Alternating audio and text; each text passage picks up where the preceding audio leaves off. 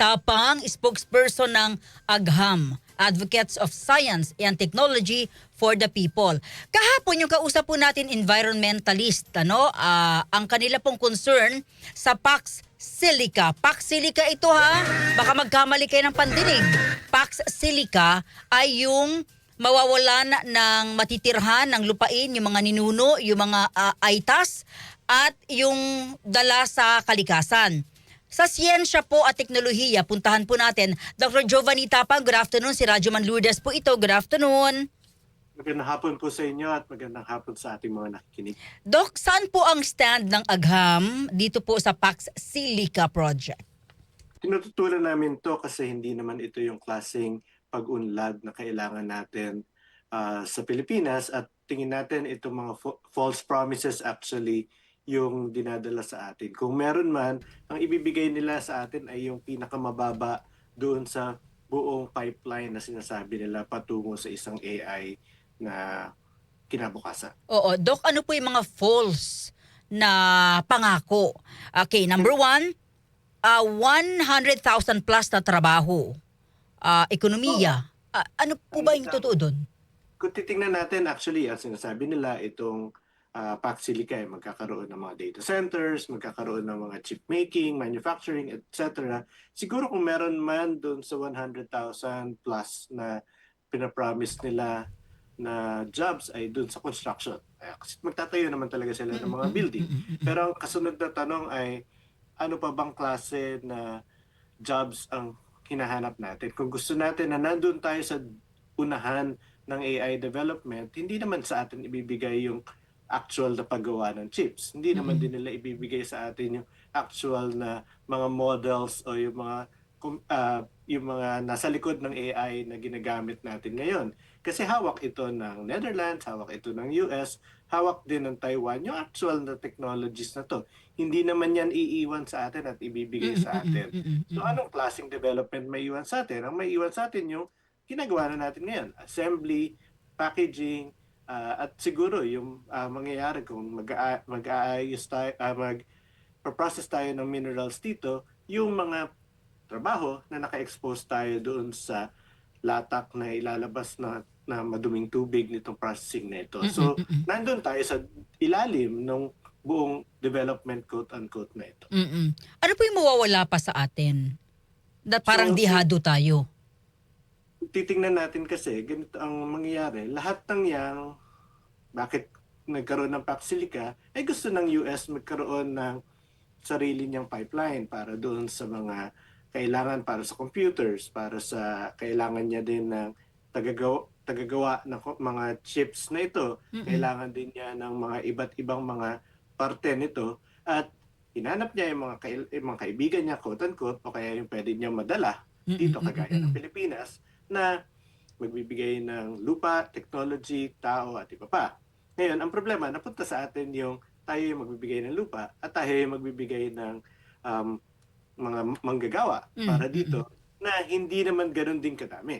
Ang magiging titingnan na lang natin siguro dito ay dito sa atin ipaprocess pero yung waste, saan mapupunta? Ibabalik ba natin sa kanila? Hindi rin. Dito sa atin may iwan.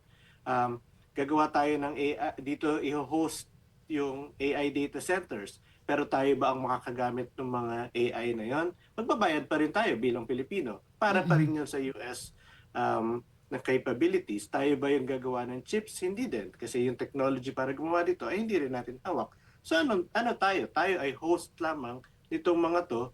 At kapag host ka, renta lang makukuha mo. At pag umalis sila, wala na rin. Yun talaga yung problema sa ganitong klaseng development na kung saan nakakabit tayo sa interest ng iba. Interest talaga ito ng US at hindi ito interest ng Pilipinas.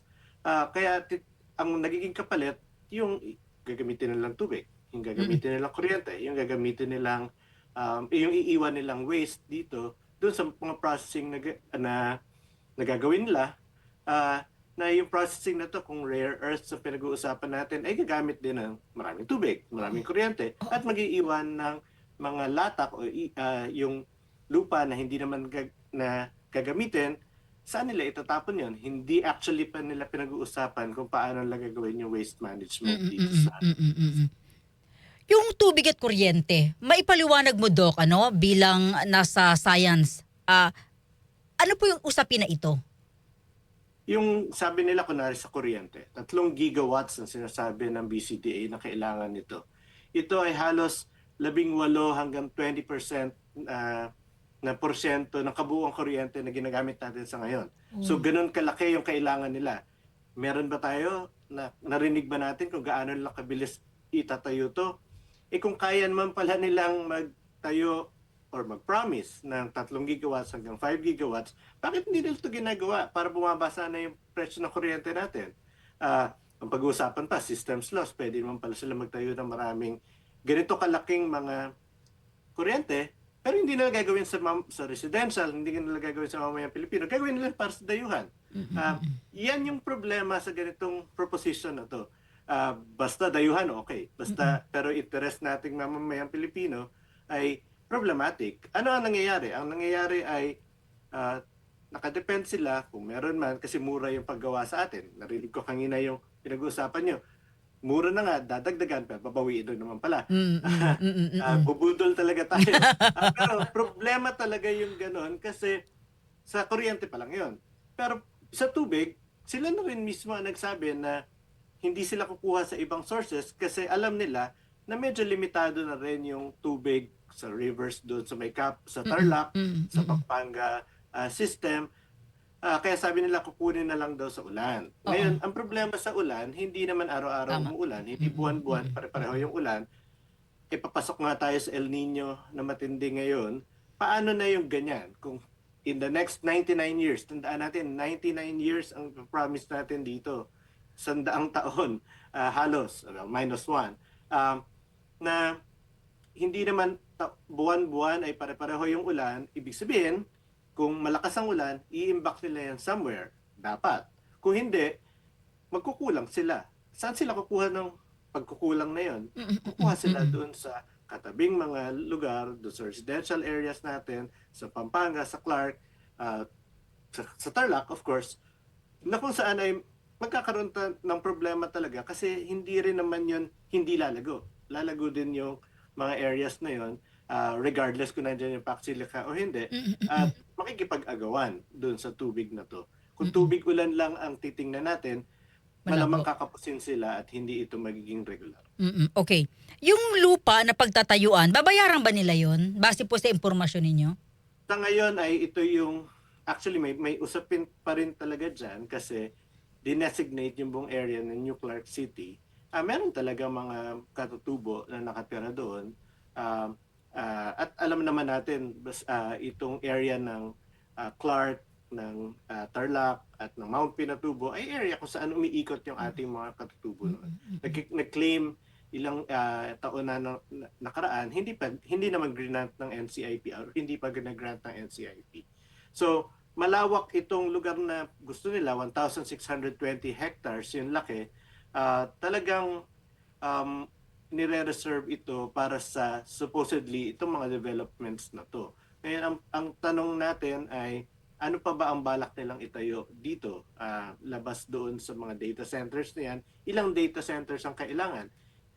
Ibig sabihin, lahat yon gagamit ng tubig, lahat yon gagamit ng kuryente, and therefore, ngayon ba alam na nila kung ilan? Or naglalabas lang sila ng numero para magmukhang meron silang numero?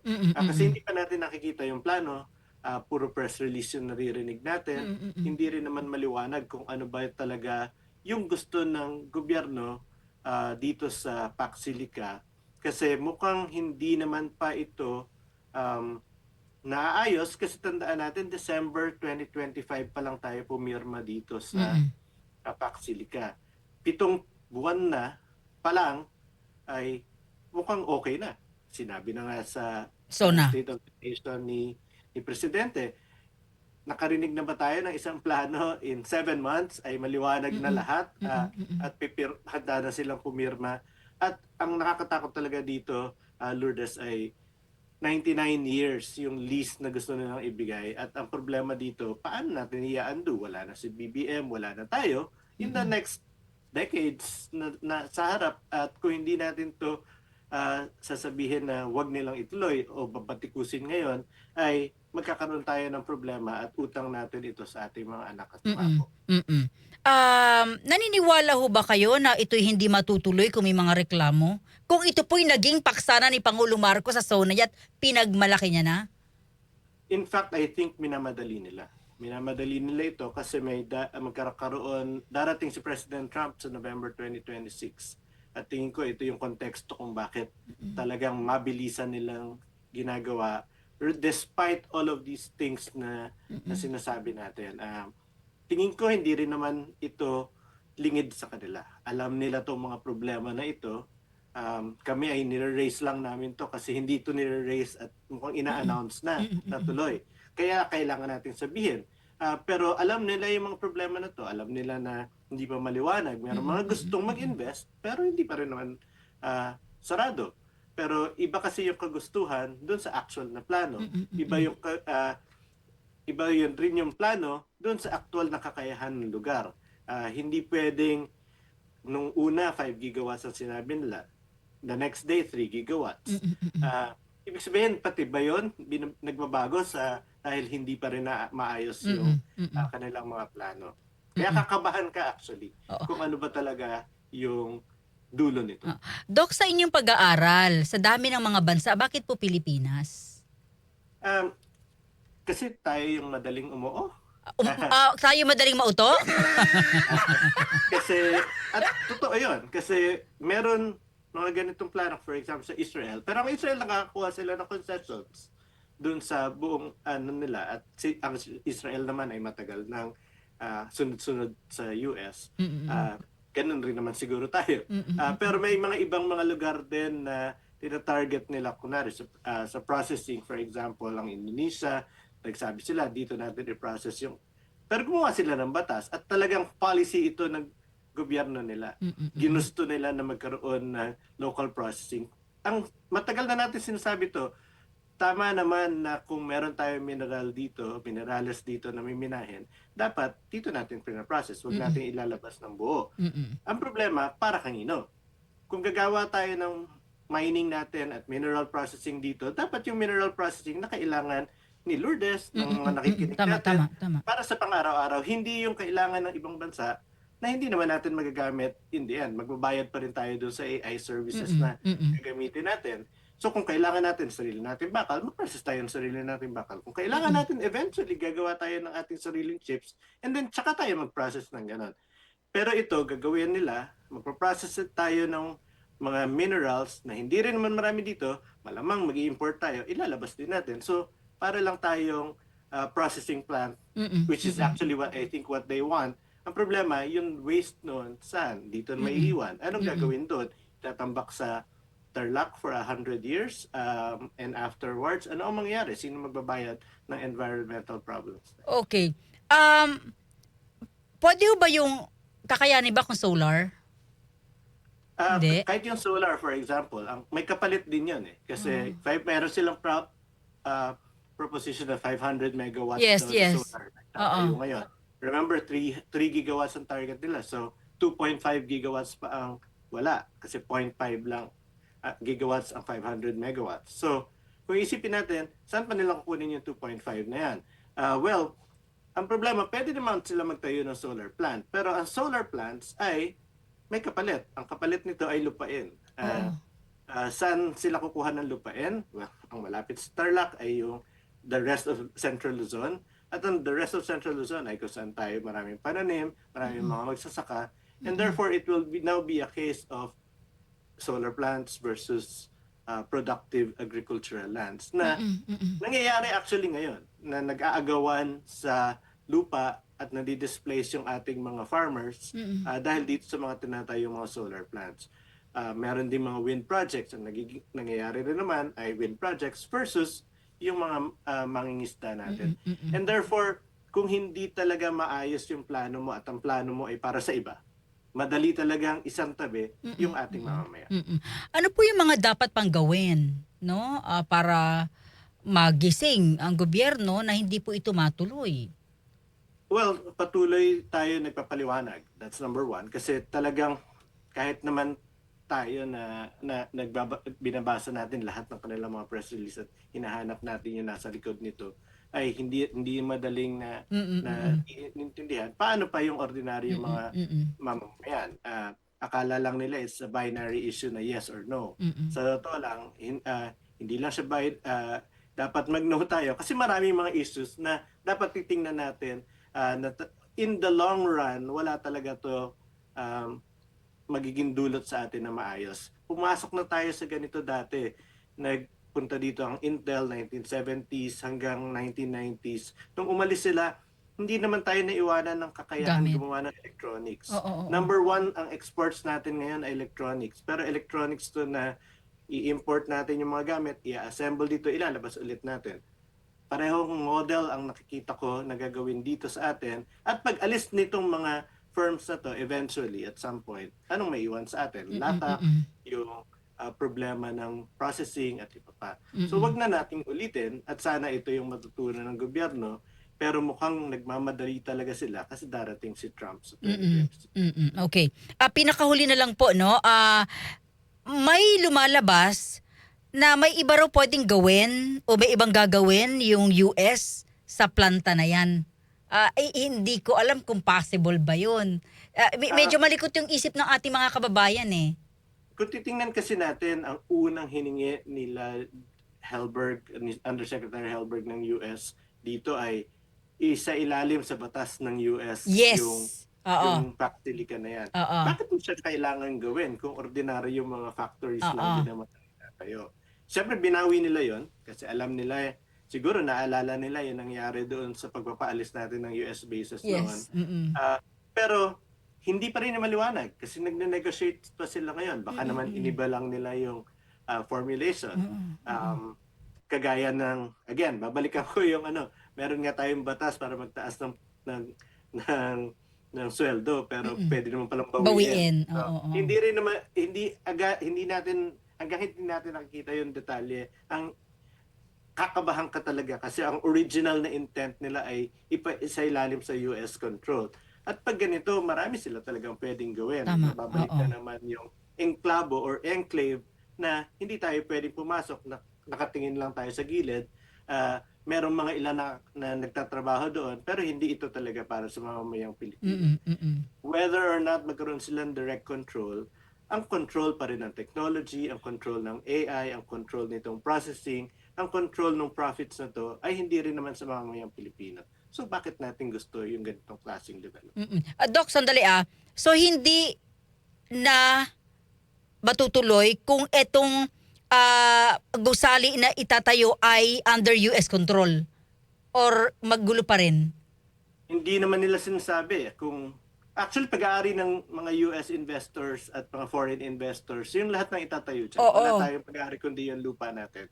At magbabayad lang sila ng renta sa atin supposedly at yung mga tax na makukuha natin sa processing na to. Yung value actually ng mga ginagawa na yan ay mas malaki pa doon sa mga tax na makukuha natin.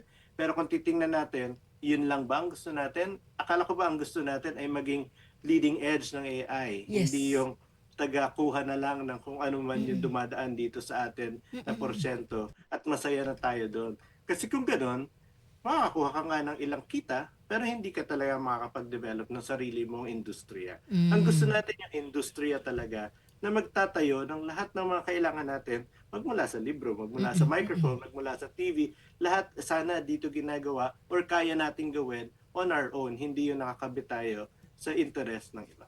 Doc, maraming salamat sa malinaw po ninyong pahayag. Mabuhay po yung agham. Good afternoon, sir. Good afternoon, maraming salamat po. DZ